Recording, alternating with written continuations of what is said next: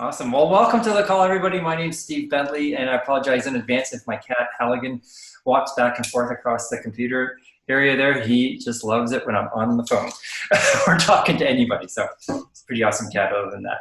So this is the Net Fuel Masterclass, and we're going to be talking about a little bit more in detail about understanding how to go through the Net Fuel program, which is really a keto program, but with nutritional support. I was never interested in doing a keto program before because when I look at that and I hear about a lot of people, eliminating carbohydrates and fruits and vegetables and things like that. So number one, that gets my hair up on the back of my neck because that doesn't sound good or smart to me. And then number two, you hear people talking about eating bacon and all kinds of meat and butters and things like that as fat.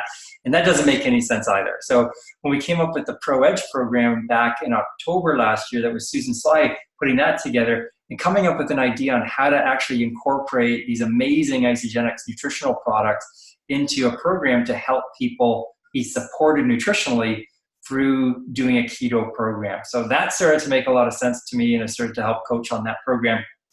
And that program kind of got shut down from Susan just because it was so much work and effort, but there were so many people that came in and were getting great results. I wanted to continue that on, so we started the Net Fuel program. And we've been helping people get phenomenal results ever since then. And I think we've got between 800 and 900 people now in the group. Obviously, not everybody's doing Net Fuel all the time, but every 5 weeks we start up another round. So we're going to go over that on day 4, what the lifestyle component is and how to move forward based on finishing 4 weeks. What do you do next? But very quickly, what I like people to do is go through, ideally do the Ultra program. So if you're not a vegan and you're not stuck on the dairy-free shakes, then you can do the Ultra program. Getting your carbs down under 20 is actually really simple. That's not the hardest part of this program. The hardest part of the program is not eating too much protein, and that's actually getting in enough fat, because our brains have been, for most people, have been dialed into not eating a lot of fat. And here we're coming along and telling you, no, don't eat 15% of your calories from fat, eat 70% of your calories from fat. And it's like, wow, that's like crazy for so many people who have been trying to lose fat for so long. They're trying to avoid fat. It's actually the opposite. If you're restricting your body from eating fat, then your body's going to hold on to fat because it needs fat to be healthy. So does that make sense so far? Okay, awesome. Any questions before we get started? I was going to dive right into it because I like the sound of my voice and I just like to talk. Sort of joking. Okay, here we go. So first of all, what is ketosis? Ketosis is a metabolic state that your body is going to get into when you start to lower the carbohydrates. And your body does that in order to generate energy. Your brain needs some form of energy in order to function. You want your brain functioning regularly through the day. I know sometimes when you're dealing with people, it doesn't seem like their brain's functioning. Sometimes that's the case for me, but usually your brain is functioning. And if it's going to get that energy from glycogen. That's what we get from carbohydrates. So carbohydrates come into our body, your insulin levels go up, and then your body stores that blood sugar is glycogen. It's going to store it in your liver, and it's going to store it in your muscle. And you're going to generally be able to store about 500 to 600 grams of glycogen in your system. So it's about 2,000 to 2,500 calories worth of fuel. So as a performance endurance coach, that's really fascinating for me because I want to be able to help people do races like marathons and Ironman triathlons. So an Ironman triathlon can take 17 hours to do. That's kind of the cutoff for that. So if you're out there grinding away and you're burning 800 calories an hour, 17 hours, that's 10, 11,000 calories, 12,000 calories worth of energy. You can't fuel your body with the glycogen reserves that you've got in your muscles and liver if you're going to be burning that much fuel over the course of, a whole day, 17 hours. So ideally what we want to be able to do is get people tapped into accessing fat for fuel, those free fatty acids that are in your system that you can access and burn. Every pound of fat that we've got on our body is a potential 3,500 calories of fuel. So if you can only store, as a woman, usually around 2,000 to 2,100 calories of glycogen in your system, guys a little bit more because they have more muscle to store that glycogen. But if you can store 3,500 calories in every pound of fat that you've got, right, 10 pounds of fat, and I had 10 pounds of fat on me when I was 6% body fat when I was racing. That's 35,000 calories worth of fuel, I want to be able to tap into that because that's an unlimited amount of fuel. The other component, that this won't apply to people who aren't exercising a lot, but when you're an endurance athlete and you're trying to fuel with sugars, like, you know, those little gel packs or sugar-based product like a Carbo Pro, something like that, the more you pack into your stomach to try and reach your fuel needs, the more likely you're going to get the digestive issues. Right? Your stomach has got all the, normally if you're digesting, your stomach gets blood around it to help digestion, but when you're in a race, a lot of that blood's in your limbs, right? It's in your arms, it's in your legs. So the stomach doesn't work as well to digest food, so you're more likely to not be able to properly digest those sugars that are in your stomach, and you're going to get bloated. And you'll see a lot of endurance athletes, they look like they're pregnant when they're out there racing because their stomach is backed up. They just feel all this sloshing around in their stomach because they're trying to supplement the energy that they need to perform, but they're overloading it and their stomach shutting down. So that was the reason I got into looking for people to get fat adapted. And when I came into Isagenix 12 and a half years ago, I started right away getting people fat adapted and utilizing the cleansing days, that fasting technology that Isagenix incorporates into the program to get them into ketosis a little bit, but really get fat adapted. So we're going to talk about the difference between ketosis and fat adaptation because they're different. Okay, because you can be fat adapted and not ever get into ketosis. And you can get into ketosis and not be fat adapted.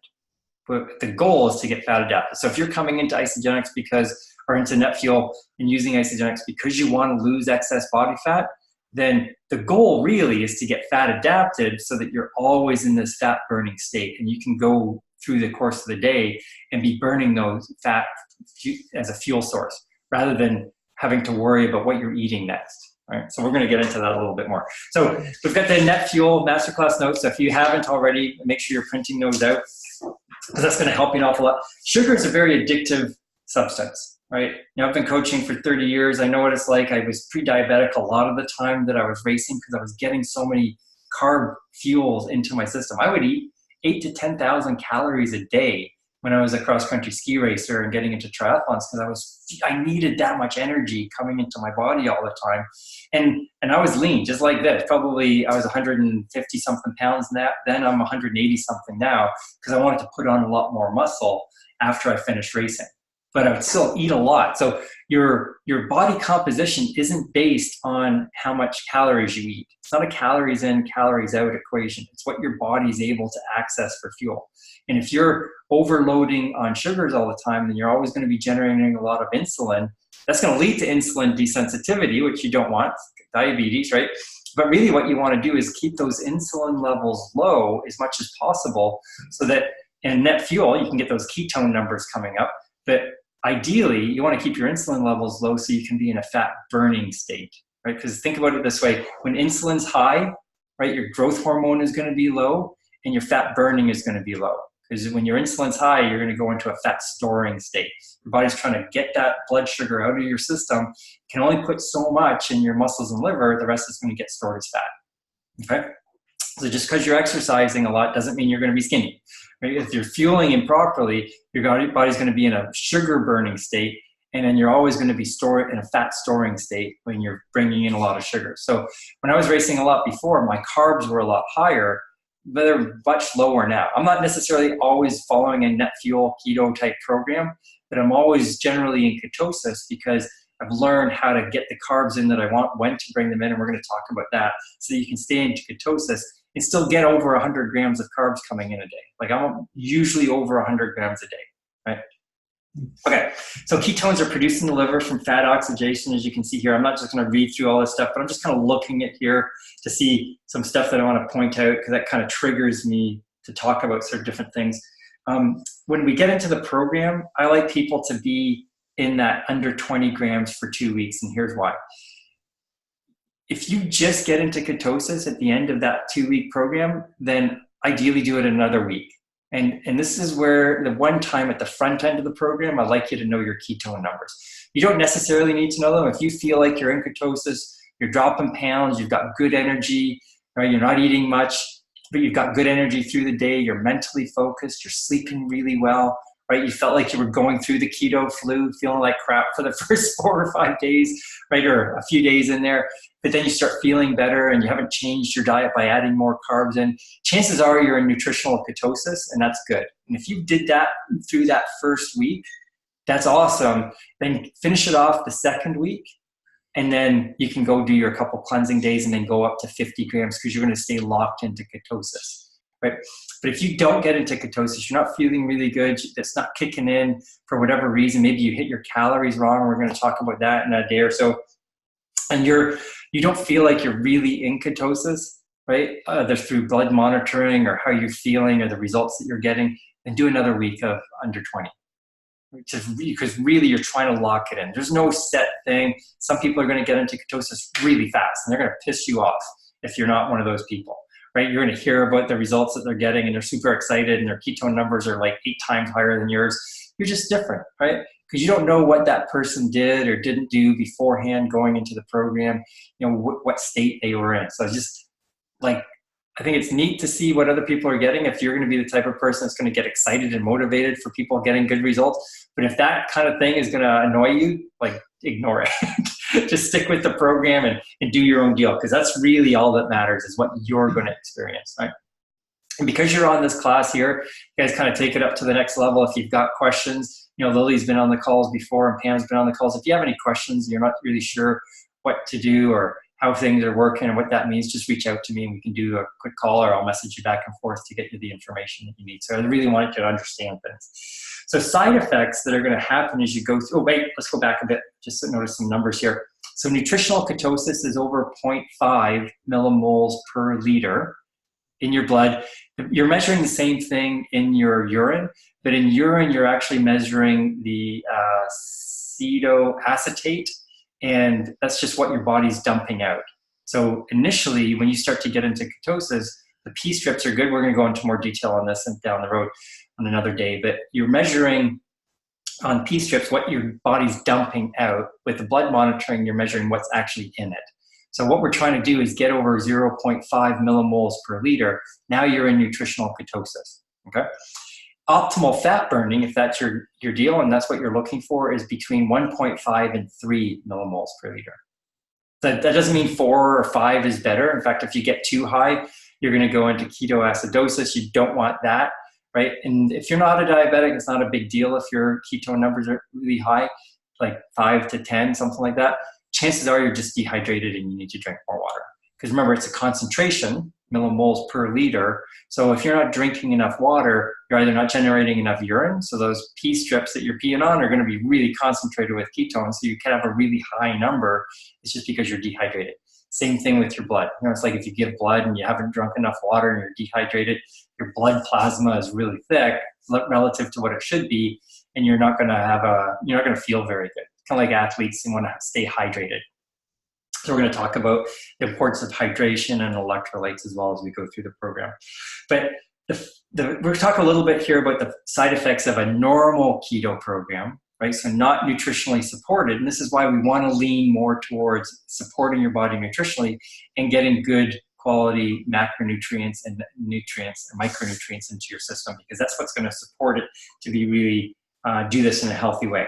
So as you go through ketosis, right, you're lowering your carbohydrate intake, your glycogen levels are really going low. There's this thing called keto flu, and it's just your body running out of energy. It's not getting the fuel it needs for the brain to function properly. So you're going to be crabby, you're going to be miserable, you could be exhausted. Because if you're used to getting your energy from sugar all the time, you cut that fuel source off until you get better at accessing those ketones and utilizing them for fuel, you're not going to feel very good. Right? And it's usually why, and we'll talk about preparation in a minute, why I like people to train really hard the week before they start the program. Right? So July 8th was the day we started this 4-week program. August 12th is when we're going to start the next one. So that week between when we end this one and when we start the next one, train really hard if you're bringing somebody into Net Fuel and bring them into your isogenics team, because you want them to train hard that week before they start, so that if they don't feel so good as they're going in the program, then they can actually, they can take time off training because they trained really hard the previous week and it's not going to be a big deal for them. Does that make sense? Okay. So feeling tired, not feeling so great, having bad headaches, there's some things that we can do to get past that. Tiredness, irritability, feeling anxious, muscle cramps. A lot of those are happening when people don't do the program properly. But when they follow this program properly, and it's all laid out in the file section in that Start Here document, this can work really well for people. And one of the things that they can do, we're going to talk a little bit more about this later.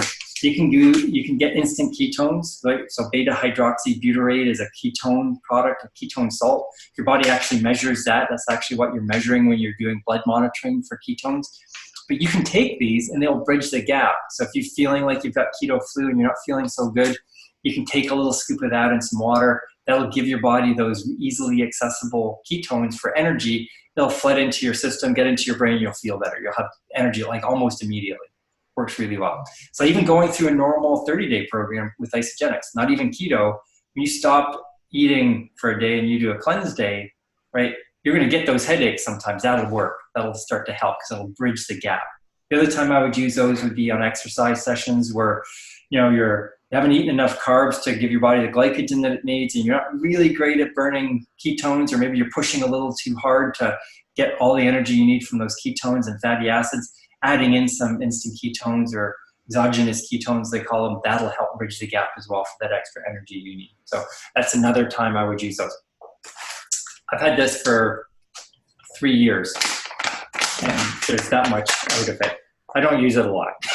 You don't really need a lot of this. So if you're doing it just for a short-term benefit, you can buy sample packs. They're crazy expensive, but they're almost worth it because you're probably not going to use a lot of what you're going to get if you get a big package of it anyway. So that's just something to think about. Stephen, did you mention what's time gap?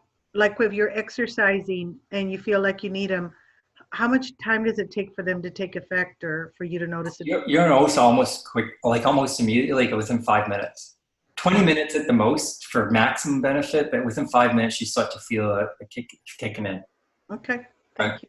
Yeah, it's pretty fast. But when you start to do keto properly, let's say net fuel, you're supporting your body nutritionally. So there's 4 things that we do in the net fuel program that are different than normal keto. So number 1, we got the coaching, right? You're going to outline everything that you need to do, so it takes away that uncertainty. So if you're here to learn how to understand this a little bit better so you can help other people, that's a big component of why you're going to help somebody do this properly, is because you're going to be able to coach them properly through the program.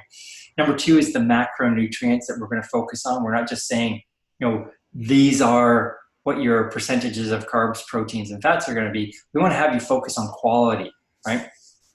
The protein, for example, half of all your protein that you're going to be taking each day is going to come in from the isoline shakes, or isopro initially, and then a mixture of isopro and isoline. So we want to get that high amount of protein, 50% of your protein coming in, because it's a better quality of protein than you're ever going to get in any food that you have access to. It's 90% available for your body. The digestive enzymes are awesome in there, helping break it down. You're going to get clean protein, so it's bioavailable, it's undenatured, it's highly available for your body. See, meats at about 30%, sometimes 40%. Same with other proteins that aren't as high quality. Eggs is the highest quality of bioavailability of protein food that you can get. And that's only 55 to 65%. So our shakes are really available. But depending on what your protein requirements are, you're either going to do 1 scoop of protein a day, 1.5 scoops. So if you're under 100 grams of protein, you're going to do 1 scoop of isopro twice a day. Or if you just want to do 1 shake, do 2 scoops of your isopro in that shake. If you're between 100 and 130 grams of protein, that's your goal for the day. You do 1.5 scoops of isopro twice a day. And if you're going to be doing over 130 grams of protein, you're going to do 2 scoops of isopro twice a day. So that's about half of all your protein requirements, depending on what your intake is going to be, right? So it's a perfect way to give your body what it needs in order to get good quality protein in. That's so important. We also focus on healthy quality fats as another macronutrient. So it's not just eating bacon and cream cheese all the time. We want to get good quality fats in. So MCT oil, coconut oil, avocados, avocado oil, right? Butter in moderation, some creams and cheeses, things like that. Those good healthy fats. Nuts and nut butters, those are really important to bring into your body. When you start to focus more on those things, you're going to do better at your blood lipid profiles. We're going to talk about that in a little bit. But you're going to have better results and you're going to feel better because your body wants those healthy fats in it. And it might take a little while for you to get used to processing them properly because it's not used to getting that amount of fat in. But when you do, great things are going to happen. The blood lipid profiles are going to balance out, and you're going to have a lot more health in terms of your skin and your hair and your nails, because fat's a big component of those. And so many people don't get enough fats in. And the third thing out of the four that we want to also be bringing in is those micronutrients. So it's so important to get the complete essentials line in. I ideally like the isogenesis as well on that. That came out in 2011, and I was part of a test group before Product B, it used to be called. Before it even came out, I was starting to use that. So I've been using that for over 8 years now, and I've taken it almost every single day in those 8 years. Just love that product. I just turned 53, so for me, it's really important to maintain that cellular health, and I get that through fasting regularly, and I get it through my Product B. So inducing that telomerase and protecting those cells from shortening. So that's so important. And then the fourth thing out of the four that we do with the Net Fuel program is the cleansing days. People doing net or keto might be fasting intermittently, right? But they're not doing fasting days usually, and they're not cleansing their body of toxins and impurities, but we're doing that with isogenics. So we're adding great nutrition in, we're focusing on good quality macronutrients, but we're also getting those toxins out. And when you do cleansing days on Net Fuel, they are the easiest cleansing days you'll have ever done in your life. They are so simple. You won't have to eat anything because you're pulled away from the isodelights or the snacks, anything like that. And a cleansing day is 140 grams of carbs coming into your system, 160 grams of carbs. Yeah, 40 grams of carbs, 160 calories worth of carbs coming into your body on a cleansing day. That's a lot of sugar when you've been used to doing under 20, right? So you're going to get a lot of fuel into your system. Your ketone numbers will actually drop on cleansing days, but they'll come back up again when you go up to 50 grams. Because it's not the amount of carbs you'll learn after a while that are going to mess with your ketone numbers. It's when you bring them in during the day in relation to activity and exercise. It's the type of carbs that you bring in, and it's what you bring them in with, right? If you just have sugar on its own, your ketone numbers are going to drop because your insulin is going to pump up. But if you bring those carbs in with fats and proteins like we have in an isoline shake, it's a very low glycemic index food then, and you're going to have much less of an impact on your ketone numbers and your ability to stay in that fat burning state. So there's some really cool things to be able to think about. So let's talk about being fat adapted versus being in ketosis, okay? Because this is typically one of those things that people ask me after the class. They go, could you explain that again? So hopefully I'll do a good job of talking about it now, but if I don't, just ask that question during the question and answer period, because I really want you to make sure you understand this. So first of all, let's forget about Net Fuel, and let's just talk about getting fat adapted. Okay, so you're not going to necessarily lower your carbs to the point that you're getting in ketosis. We want to teach your body how to access fat better for fuel, because we're going to get fat adapted, but you're getting adapted to accessing that fat for energy. I know a lot of times people get going on isogenics and they go, I'm starving, right? I feel like my brain's saying to me, you got to eat something or else you're going to die, right? Ever had that feeling? Before isogenics, before you get fat adapted, you're like getting all shaky and you're getting pissed off and angry and hungry or whatever. And you think your brain's saying, you got to eat something or else you're going to die. But really what it's about to say is, you got to eat something or else we're going to be forced to go after fat for fuel instead of sugars that you're usually used to jamming in your face. And we don't want to do that because it's a lot of work. So to get fat adapted, you're going to lower the amount of energy that's coming in from sugars, not necessarily to get into ketosis, but to go out and do an activity, for example, whether it's walking around the park with your kids or shopping or doing a long, easy run or a bike ride or a long, easy swim or whatever, right? You're going to do some kind of low output activity that doesn't require glycogen because you're not going hard enough, but you're going to be able to access fat for fuel because you're going easy enough. And because you haven't brought in a lot of sugars, it's easier for you to go after that fat for fuel. So you don't need to be in ketosis. If you're not going hard enough to access the sugars for fuel, and you're going pretty easy and you're kind of dropping down the amount of sugars that are coming in, then you're going to be much better at accessing that fat for fuel. So a great way to do that would be to go do training in the morning in a fasted state. You haven't eaten all night. You might be generating some ketones, but you're not doing that fuel per se. And all the fuel that you've got that's readily available is just fat on your body, right? You haven't eaten a lot of sugars, you haven't had some oatmeal or cereal or things like that before the workout to fuel your blood sugar at a level that you're going to be able to tap into that for energy. So all you've really got that's easily accessible is fat. If you go too hard, you'll kick out of that fat burning zone and go looking for sugars in your muscles and liver, and you'll start to mobilize that. So if you keep it really aerobic, and it might be a walk if you're not really good at accessing fat for fuel. It could be a brisk walk. It's probably not a hard run, right, or anything really hard. So a good way to judge if you're going too hard is could you have a conversation like this with the person that you're walking with or running with?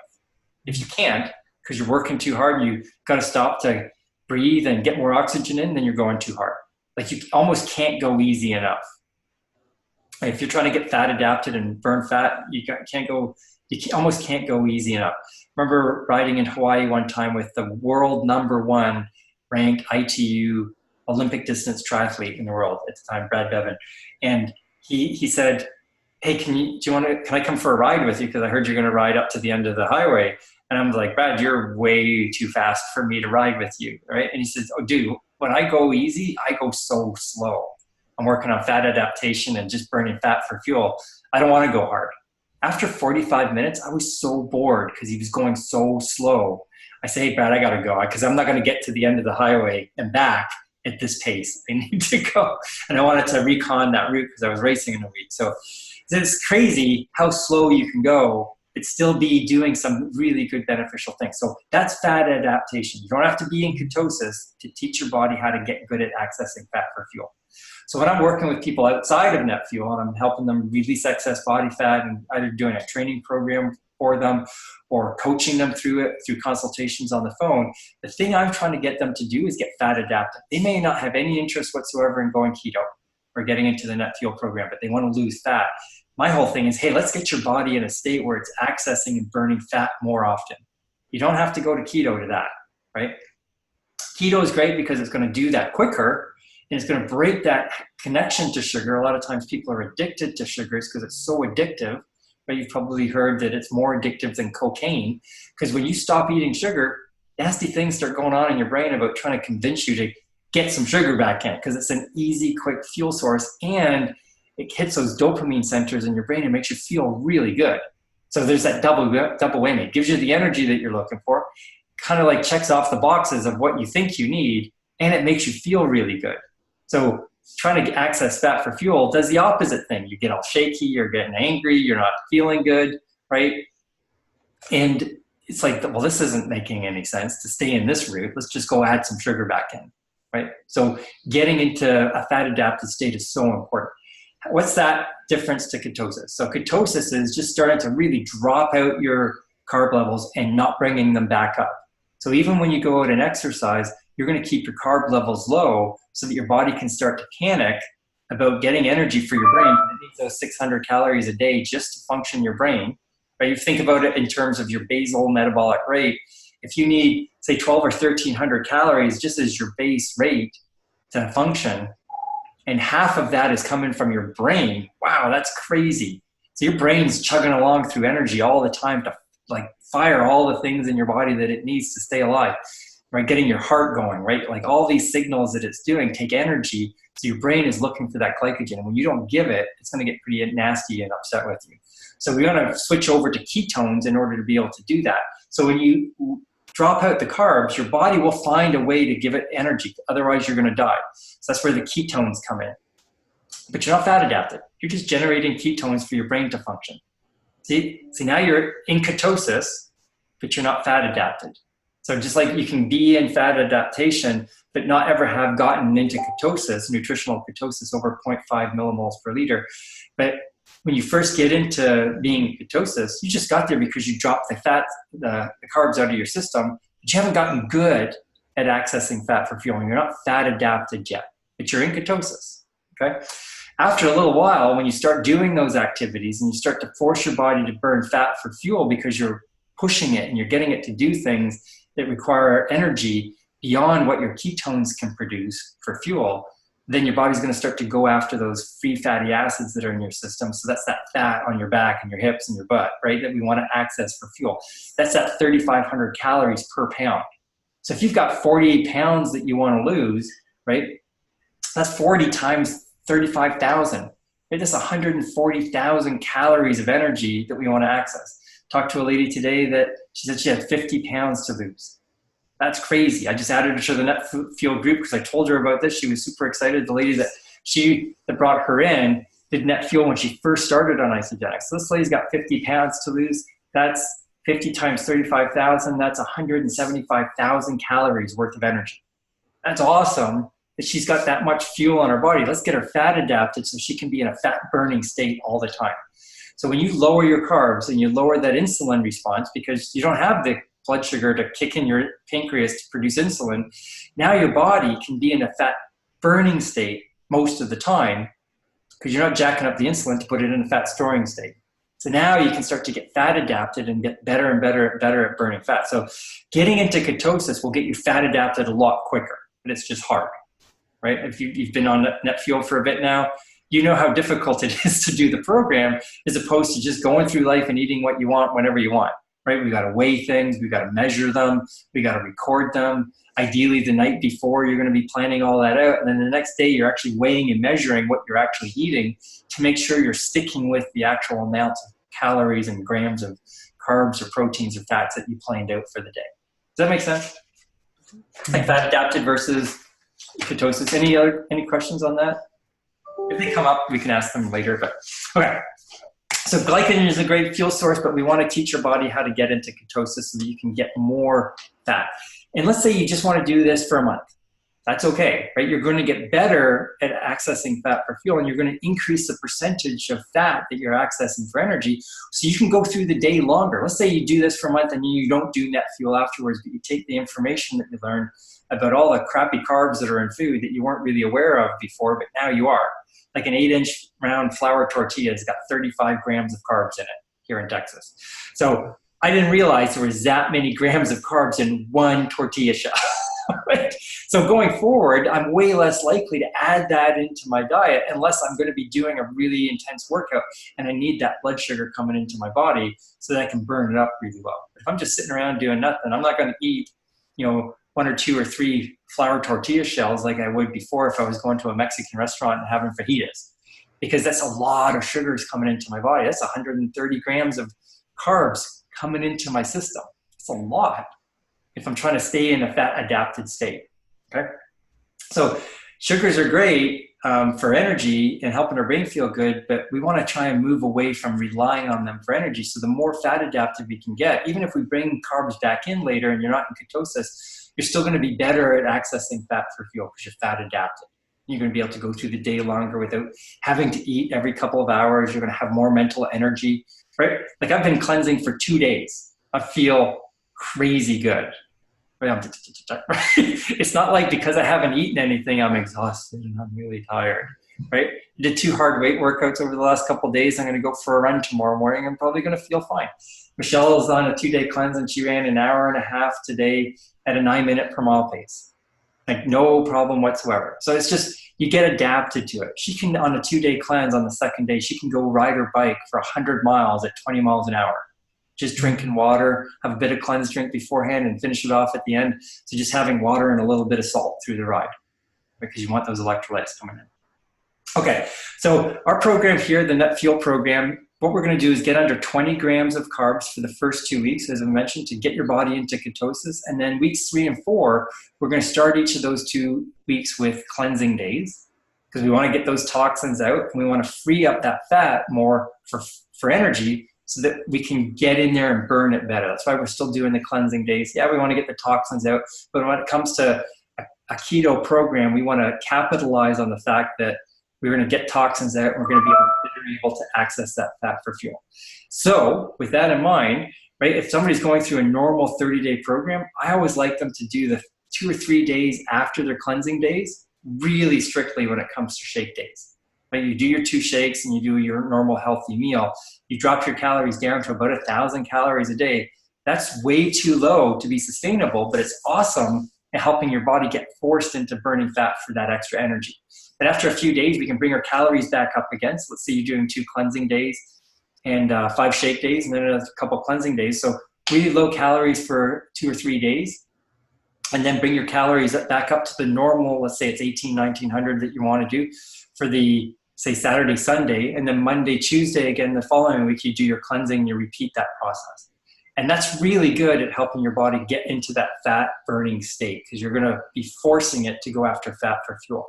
But you don't want to do that for very long, or you don't want to do that for months and months, because your metabolism is going to down regulate and slow down to the match the fact that you're doing a couple cleansing days, which is just a couple hundred calories a day, and then a week of shakes, which is, if you're low calorie, just 1,000 calories a day. That's not enough calories to keep your metabolism supported. Getting great nutrition in, so you're going to be healthy, but you're going to be exhausted because you're not getting enough fuel, right? And then your metabolism will slowly slow down. So one of the things that we want to make sure that you're doing is getting that right balance of calories in. And we're going to talk a little bit about your caloric intake, I think on Thursday. Let me just look at the full schedule here. Come on. I think it's Thursday. Yeah, we're going to be talking about setting your calories and macros, using the carb manager, and then going over the specifics of meals and cleansing days. So today, just finishing off, understanding ketosis, healthy regular versus regular ketosis, and then we're going to talk about preparing for the program. Sort of touched on that a little earlier in terms of exercise, but we're going to get into more detail. So, okay, let's see now. Make sure I'm finishing off everything here before we get into preparation. Any questions so far from what we've gone over?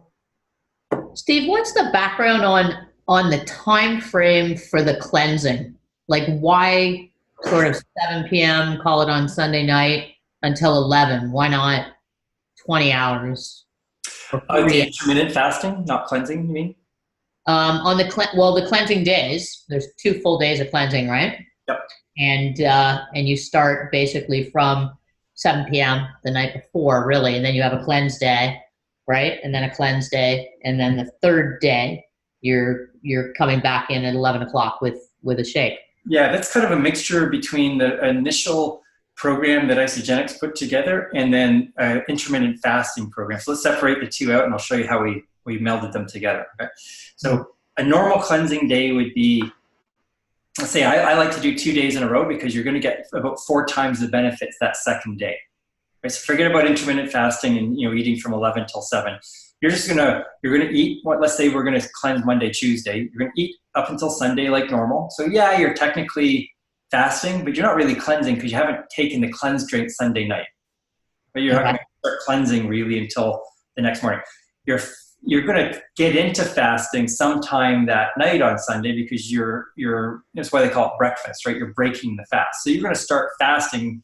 I guess technically you're fasting because you stopped eating right after dinner, right? Mm-hmm. But you're not really cleansing until you start cleansing drink the next morning. And then you're going to do that for 2 whole days. So you go through all Monday and all Tuesday. And then normally on a Isagenix program, you're going to eat Wednesday morning. So you wake up in the morning and have a shake, right? But we're doing intermittent fasting, which is a great keto strategy for getting better sensitivity for your insulin levels. So what we do is, instead of eating for 16 hours like most people do, we eat for 8, and we don't eat for 16. So instead of eating first thing in the morning, say at 7 in the morning and going until 10, 11 at night, which is what a lot of people do, they have dinner, then they have a snack, right? Then they have something else, and then they go to sleep. We're going to stop eating at 7, and we're not going to eat again until 11 the next day. So that's 16 hours. Sometimes people are going to go, well, it doesn't fit my schedule. I go, well, fit your schedule into it, right? Start eating at 10 and finish at 6, right? Some people want to eat first thing in the morning because they're working and their shifts are different. I just find an 8-hour window where you get most of your eating in, and then don't eat for 16 hours. Okay. It doesn't really matter, right? If you're like most people and you sleep most of the night, right, and you wake up kind of early in the morning, it's great to be doing an intermittent fast, because now you're doing things and active through the day, and you want to be doing that and not eating carbs, because you're active and now you're forcing your body to go look for energy, and there's no carbs there, right?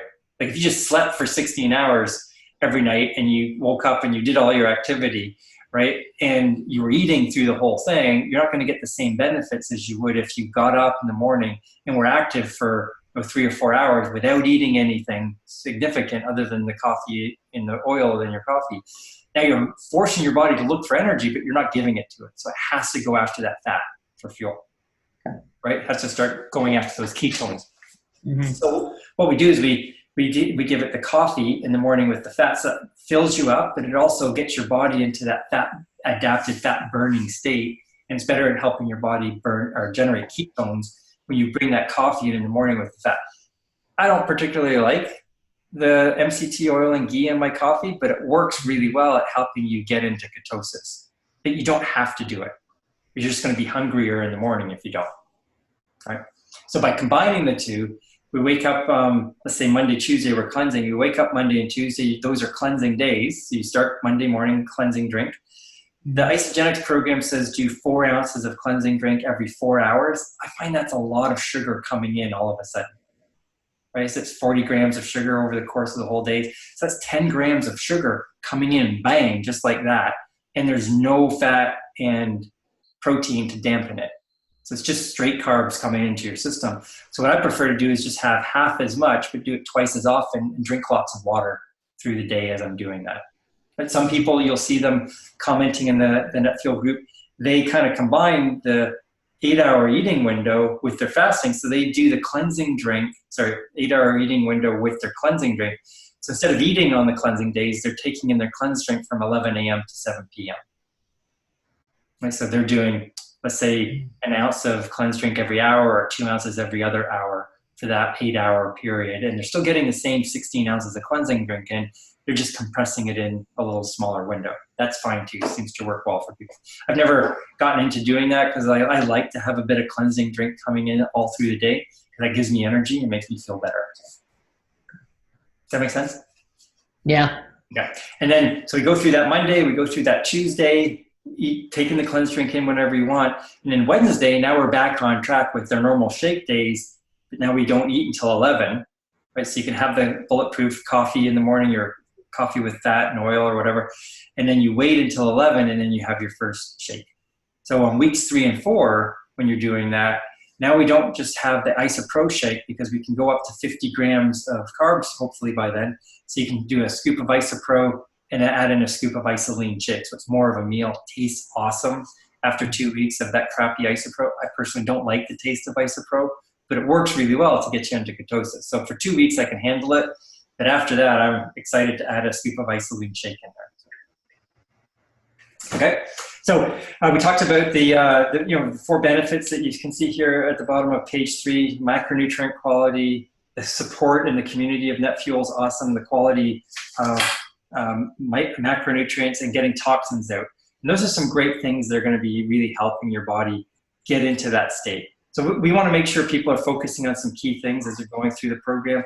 And a lot of those are just that clean protein that you're getting in, good quality macronutrients. And that even extends to the carbohydrates as well, right? We want to be looking at the carbs that we're bringing in and making sure they've got good fiber content. Right? So there's a listing of vegetables. I think you can sort of skip ahead a little bit here. And on page 11, there's 10 vegetables there that are really effective at giving your body good complex carbohydrates, but good fiber as well. And that's important to prepare your body for cleansing days, right? So we got things like asparagus and broccoli, spinach, zucchini, avocados, cauliflower, kale, green beans, peppers, mushrooms. Those are great vegetables to bring into your body because they're giving good complex carbohydrates into your system. They're not simple sugars like corn or carrots or other like flour type products that are going to spike up your insulin levels really quickly, but they've got good fiber in them as well. So we're focusing on good quality macronutrients and the carbohydrates as well. And you kind of almost have to get your carbs low enough.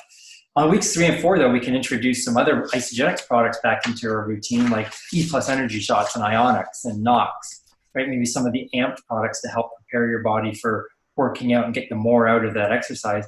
Because we can get away with it now because we've been bringing in, we can get away with bringing in more carbs because we're more locked into ketosis, hopefully. So you can add more of those carbs into your routine and not get kicked out of being in ketosis. Because you'll notice that. Let's say you're cruising along and your ketone numbers are like 1.4 or maybe 1.5 or 1.8 at the end of those 2 weeks of under 20 grams. then you do your 2 days of cleansing, you add just the cleansing drink into your routine, your carbs might drop down to 0.8 or 0.9, maybe even lower, right? Don't panic. They'll come back because you're bringing in the proteins and fats on Wednesday and beyond. So you're getting a better balance, and then your body still wants to be in ketosis and generate ketones. It's just you're bringing in a lot of sugars all of a sudden, even though you're going to go up to 50 potentially from 40 on the cleansing days. Your body's going to get those ketone numbers back up again because it's a combination of low carb and bringing that fat into your body to help it get into ketosis. Does that make sense? Mm-hmm. Okay. And on Thursday, we're going to talk about setting up your calories and such. And one of the things that stops people from getting into ketosis is not eating enough. And if you think about it, I'll mention it now because it's in my head and I don't want to forget, but if you get the right ratio of macronutrients, so let's say whatever calories you choose, your 5% carbs, 25% protein, and 70% fat, if you're not eating enough calories and your body's down-regulating its metabolism, it won't let you get into ketosis as deeply as you'd like to, because that's going to get you better at accessing fat for fuel. And if you're not eating enough energy, your body's going to want to stop you from accessing that fat for fuel. So it'll prevent you from getting into ketosis. So you need the fat, you need the extra calories, you need that fuel coming into your body. And I'll tell you right now, the number one thing that I've found that stops people from losing the weight they want is they don't eat enough. And usually they start freaking out when I go over the calories that they need. We'll do that on Thursday, because they think they're going to be eating way too many calories. And it might take a couple of weeks for their metabolism to come up and catch up to where they need to be. And it depends on how many years they've been messing around with their diet to really suppress that metabolism down. I talked to a lady the other day who was on an HCG diet for 5 months. She said it just destroyed her metabolism because she was eating so little and getting these the hormones coming into her system to try and burn fat. It just didn't work, right? So she gained weight and it just slowed everything down. So anyways, so let's talk about preparing for the program. So let's assume, let's move forward because the past is past, that August the 12th, you're going to be starting another program. So if you're going to be inviting people in to do this, the week before, so starting August the 5th, right, that's a Monday, you ideally want to be inviting people into this program before you finish it. So we're going to be finishing on August the 4th, it's a Sunday. So August the 5th is a Monday. You want to make sure that people have an idea that they're going to come into the program so that they can get all the information they need that week. They can start to order the products that they need, and they can start to do a few things. So number one, we talked about exercise. Have them train hard that week. So if they feel like crap the week of the 12th of August, it's not a big deal for them to not do a workout. Here's what you're going to hear when people come at you with exercise focus. They're going to ask you a question like this. How do I adapt the program to fit my training schedule? Because I got this going on, or I'm a spin instructor and I have to do this every morning, or I've got these training sessions that I want to do. I just ask them the question, what's your goal? Like, is your goal to just try this out, or is your goal to actually get a benefit of being fat adapted or break away from doing sugar? Because if you try and change the program to match your training intensity that you want to support, then you're going to have to fuel accordingly, and you're not going to be able to get the energy likely that you need from ketones or fat initially. So you're going to end up eating too many carbs, and you're going to stop yourself from getting the benefits of the program. So you can't adapt the program to your training schedule. You need to adapt your training schedule to the program. That's not to say you can't work out. You're just going to feel like crap for that first week or two, potentially. So I say train hard the week before, and then go into it, say August 12th, with the understanding that, okay, I'm going to train easier and see how I feel. And if that feels good and I can do more, awesome. I'm going to ramp it up a little bit. But understand that probably most people aren't going to feel really good because they're used to burning sugars. That's usually why they want to come into the program, because they want that benefit. And they want to break away from that carb addiction or the sugar or the candida issues that they've got, or they want to get fat adapted. They want to learn how to burn fat. But they're going to try, and part of their brain is going to say, hey, let's just keep doing the same thing that we did before. Maybe there's going to be a couple things from this program that we can get that'll help us. Just follow the program, right? Get people to train hard the week before, and then take it easy initially in the start of the program. And if they can do more, awesome. But if they can't, that's okay, because they've got their brain around an expectation that they shouldn't necessarily feel great, and that's not a bad thing, right?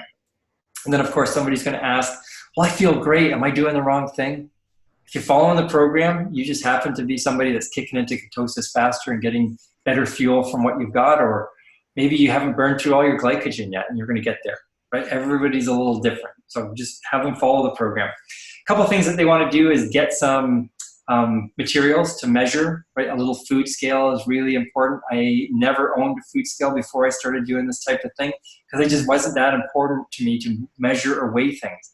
But it's critical if you're trying to get your protein to a limited amount and your carbs to a small amount, right? You have to know what amount of food things are, especially for protein, I find. I thought that was eight ounces of a particular cut of meat, but it's actually this much. Like, it's really small. So quite often it's easy to overeat certain food groups because you're guessing wrong. So you need to measure, you need to weigh, and to the point now that I know what amount of carbs, like volume it is to get to 20 grams or 50 grams or 100 grams, right? I know that now because I've done it for months, but initially you're probably not going to know. So you need the measuring cups, you need the little food scale. I would recommend, I got one from Amazon that was $10. Like, they're not expensive. Get one that you can put a bowl on to measure stuff in and can hit the 0 button so that it measures the bowl is 0. So that when you add stuff into the bowl, you can take a look at what it actually is. So you're not trying to measure and subtract the bowl and all that stuff. So put the bowl on, 0 it. Now you've got 0 weight on that, even though the bowl's on there, and then just add your food in and then pour it out. That works great. So that transition period is also really important for eating. You're changing your eating. If you go into this doing everything absolutely normal up until August the 11th, and you're deciding to start on August the 12th, and you think you're going to be perfect 100%, it's not going to work. It's going to be really hard, and your body's going to rebel. So you almost want to be starting on the 5th of August and do a soft start and just gradually go through the week getting better and better and better, right? Start measuring everything that you're doing and recording all the food that you're eating to see where are you? Like, how many grams of carbs are you eating? I was at almost 300 grams of carbs a day before I started the program when I first started it. To get down to 20 grams in a week, man, it was a shock. I'm glad I didn't wait until the day of to do that. It would have been horrible. But the other thing that's really important is adding in those extra fats. It's a lot of fat to add into your routine if you're not used to it. And there's this term called the disaster pants. You don't want to add in a lot of extra oils into your diet all of a sudden, because you're going to be running to the bathroom and you're going to be leaking a lot, and it's not cool, right? So you want to make sure you're easing into that over the course of the week. So start with a teaspoon of MCT oil in your shake, for example, right? Don't just start dumping a tablespoon into your shake and then add all this extra oil in your salad dressing and cooking with that and putting oil in your coffee. Man, you're just going to be explosive in a bad way. So you're going to start slow at the beginning of that week of the 5th of August and start to gradually build up the amount of oils that you're bringing in. So by the end of the week, you're at that 70% and you're feeling pretty comfortable with that. That's so important. Getting used to measuring and weighing and entering things into the carb manager. You want to do that before the week even starts because it's a pain in the ass. And I don't like doing it. It's hard. It's difficult. A lot of the times the problems people have in following the program is they eat things and then they enter it into the carb manager or MyFitnessPal app. And then they're off their game, right? They're over on carbs, they're way under on fat, they're over on protein, and they're like, now what am I going to do? All I can eat for the day, the rest of the day is fat, and I got 50 grams of fat that I got to bring in. It's because they didn't enter everything in that they planned on eating the next day. They didn't do that the night before. Getting used to doing that every day, going through that soft start week is so important. So by the time people start on the 12th, that 11th, the evening of the 11th, they've got everything entered, they're ready to go, and they're ready to start hardcore on the 12th, and they're not going to have any problems that way, or highly unlikely they're going to have problems. The final thing you can see down here on page, I think 5, is the mindset, right? And this is such a big, important part of it, and it's focusing on the result that somebody is looking to get. If I'm coaching somebody outside of like all this stuff, is I want to find out what their goals are and what their vision is for themselves. So you want to get them relaying that to you. So if you're doing this for your own benefit, write that stuff down. Like, why do you want to do this? Is it more energy? Is it body fat composition? Is it overall health? Is it cutting out sugars and things like that you think you're addicted to? Like, what are your goals for going through the program? You want to find that from people. You want to find out what that vision is going to look like for them when they get that result. And why is that not only important for them, but why is it important for the rest of the people that they know and their family, kids, partners, things like that? Because it is going to get tough. And when it gets tough, you want to know why you're doing it. The other thing I always want to ask people is, what are the things that are going to hold you back from success? What are those stumbling blocks that are going to get in your way? What are the things, and it could be your mental attitude towards food and how you react to different situations. What are those things, and what can you do to try and eliminate those from being a problem? What can you do leading into that self-start week that can get over that gradually, so that by the time we start on August 12th, for example, it's not going to be an issue? And you've eliminated those, you've focused on the goals and that vision you're trying to create for yourself, and you're going to get the results. So who else is this success going to benefit in a positive way? That's so important. Draw those people in. Help them help you. Right? That's so important. For exercise, again, just a little note here. Again, go hard the week before the program so that you can take the week of it, that first start. You can even take that completely off. Go for a walk. Right? Even if you're used to doing a lot, just go for a walk, work on technique. That's so important. If you're an endurance athlete, for example, work on efficiency, work on core strength. That's so important. That doesn't take a lot of energy. So if you're exhausted and you're not feeling so good, maybe going for a run is not going to be very effective for you, but doing some core work is going to be really amazing for your overall strength, because if your core is strong, then all that strength you generate in your limbs, whether it's your arms and legs, has somewhere to lever off of, and you're going to get better results. So efficiency is important for running, biking, swimming, for example. If you're more of a strength athlete, lower the weights when you go to the gym and just work on technique and form. Right? I know what it's like. I go to the gym a lot, and it's easy to start to lift the weights too much, get those weights cranked up, and then your form starts to suffer, and it's so easy to get injured. Go back to good technique. It's so important. So does that make sense? All good? So those are the big benefits that we wanted to talk about. So what is ketosis? The difference between regular keto and just this healthy version of keto, and then preparing for the program. So I always like to do that for about an hour. So we're right at the top of the hour now.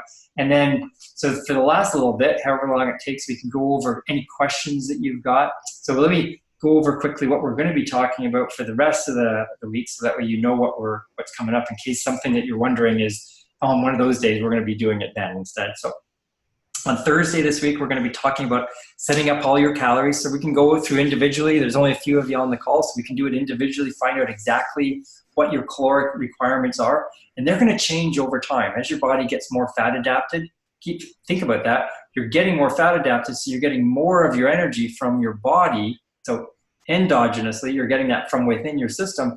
You don't need to eat as many calories coming in to support your energy requirements. We're getting lots of great nutrition, so we don't need to have those calories coming in as a carrier, because we're getting great concentrated nutrition. And we really just need to analyze how do we feel?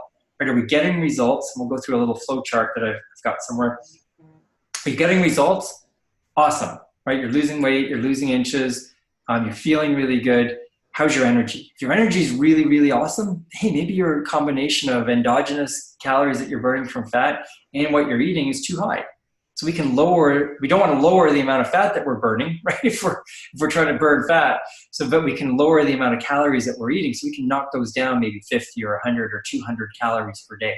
So how do you know when to do that, right?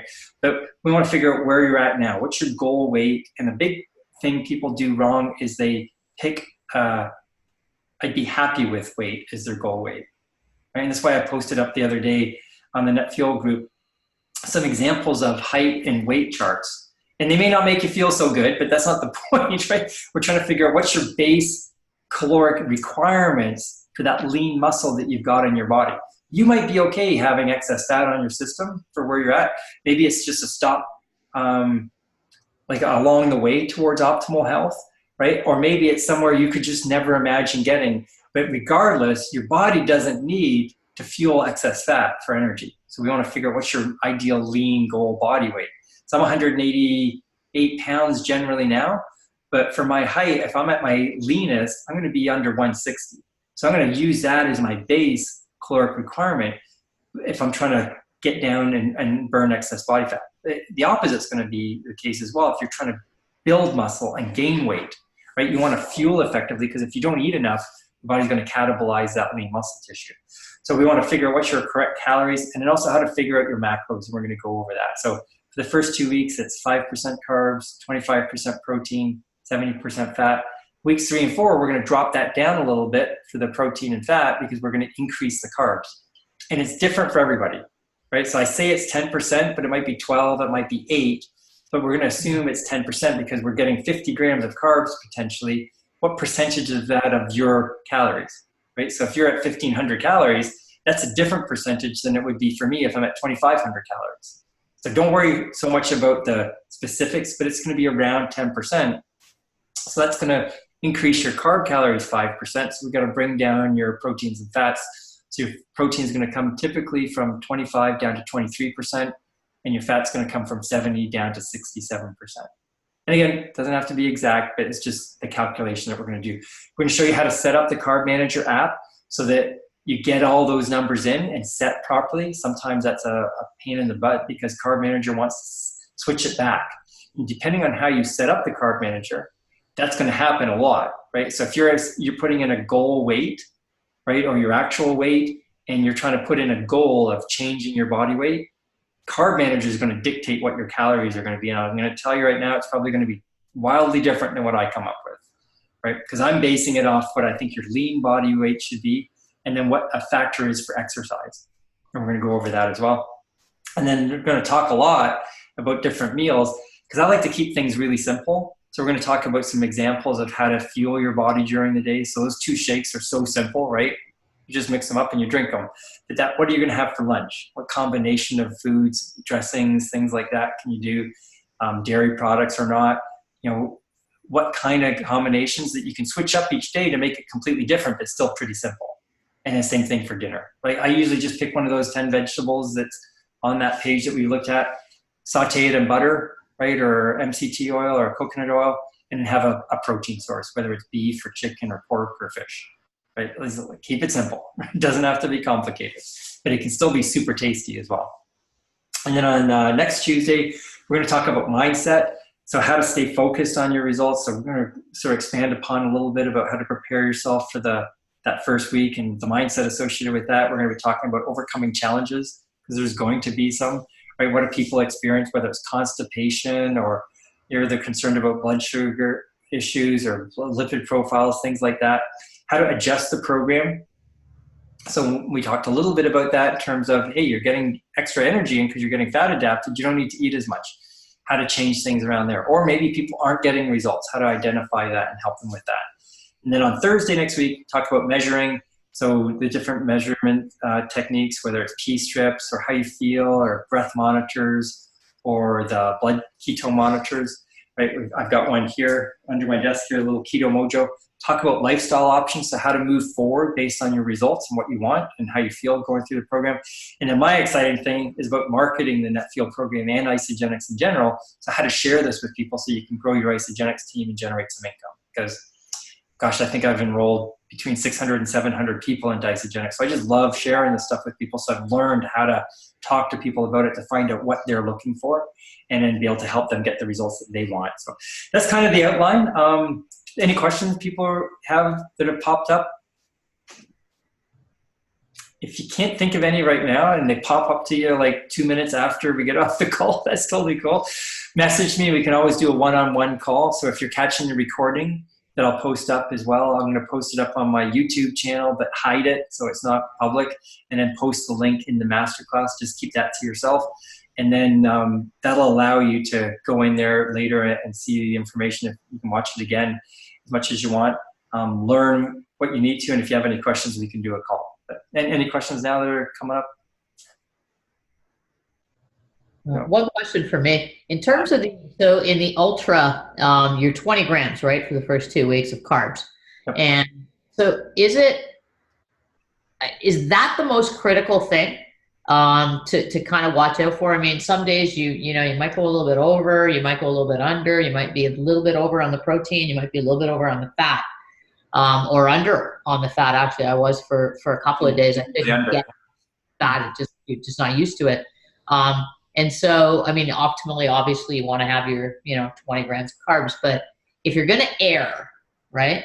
Yep. Where's the error going to be best? I think in order, it would be fat, or it'd be carbs, keeping them low.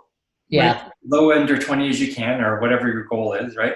And then the fat, getting it up as close to 70% as you can. It's hard to get too much fat if you're trying to do it in a healthy way. Yeah. Right? Healthy fats are expensive.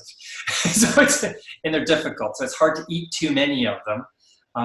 It's easy to eat crappy fats, right? But it's hard to eat good healthy fats generally. And then moderating your protein. Usually people eat too much protein, and when you do that, there's a gluconeogenesis that can kick in, and that can generate glucose as well in your system and drop your ketone numbers as your insulin levels come up to process that. So carbs under 20 ideally, or whatever your number is. Get your fats up as much as you can, close to your goal of 70. Try and keep them healthy. That's a big component of it. And then moderating the protein. That's why I use that specific example of, I thought this was 8 ounces of steak, but it's actually this, because it's so easy to guess and get too much in. Those are the big things. And it's a fun program to go through. It's intense. And I think a lot of the benefits that people get are, you're going to get the health benefits of the program and cutting those carbs out and getting fat adapted and burning through excess body fat. But the big thing for most people is the fact that they're going to be successful on the program, even though their brains keeps telling them not to. But they prevail, they get really good at it. And then they start to realize, hey, no matter how much my brain told me I wanted to eat this and this and that through the program, I didn't. And I thought I was going to die, but I didn't die. And man, I feel so good at the end of that experience. What other things can I push through and do that I don't want to do?